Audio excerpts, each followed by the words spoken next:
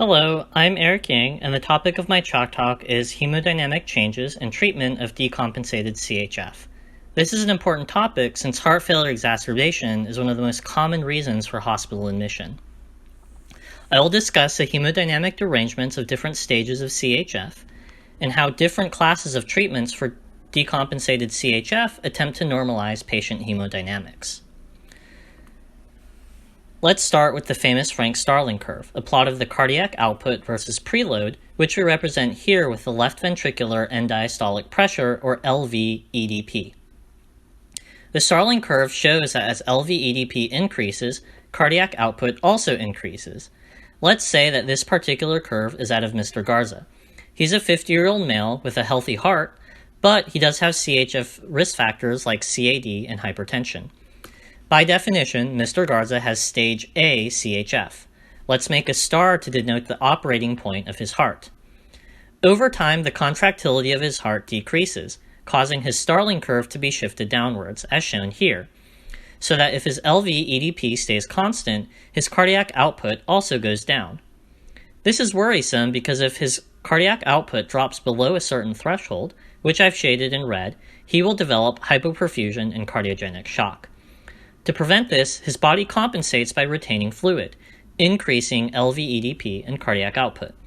This works, at least at first, and he remains asymptomatic, unaware of his disease. This is called stage B heart failure, structural disease without symptoms. A few years later, Mr. Garza is admitted to the hospital with dyspnea, orthopnea, PND, crackles, JVP, and pitting edema, classic CHF. What happened? Well, over the years, his contractility continued to worsen, and his LV-EDP increased to the point where fluid backed up in his lungs, and he developed pulmonary congestion symptoms. The threshold LV-EDP at which this happens is represented by the blue shaded region. Now that he's symptomatic, he has stage C CHF. Ideally, we want his LV-EDP to be left of this blue region, but not without dropping his cardiac output into the red region. This sweet spot is shaded in green, and we can do this with furosemide.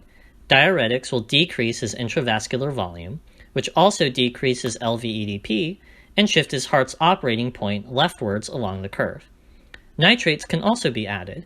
They venodilate and decrease LV-EDP by preferentially shifting blood from the arterial system to the venous system. If we accidentally over-diurese him into the red region and he becomes hypoperfused, we can return him to the green with IV fluids. Several years later, Mr. Garza comes in with the same symptoms, and once again we try furosemide, but this time, before his symptoms improve, he develops hypotension with low pulse pressure, hyponatremia, and he has cool extremities. A central line is placed, and a VBG shows decreased mixed venous saturation.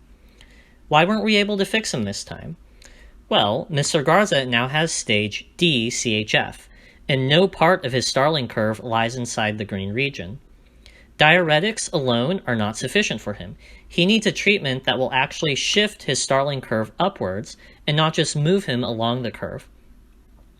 He needs inotropes, which can be medicines like dobutamine or milrinone, or mechanical devices like balloon pumps, LVADs, or heart transplants. Depending on how low his blood pressure is, he may also benefit from vasodilators like nitroglycerin or hydralazine, which decrease systemic vascular resistance and therefore increase cardiac output.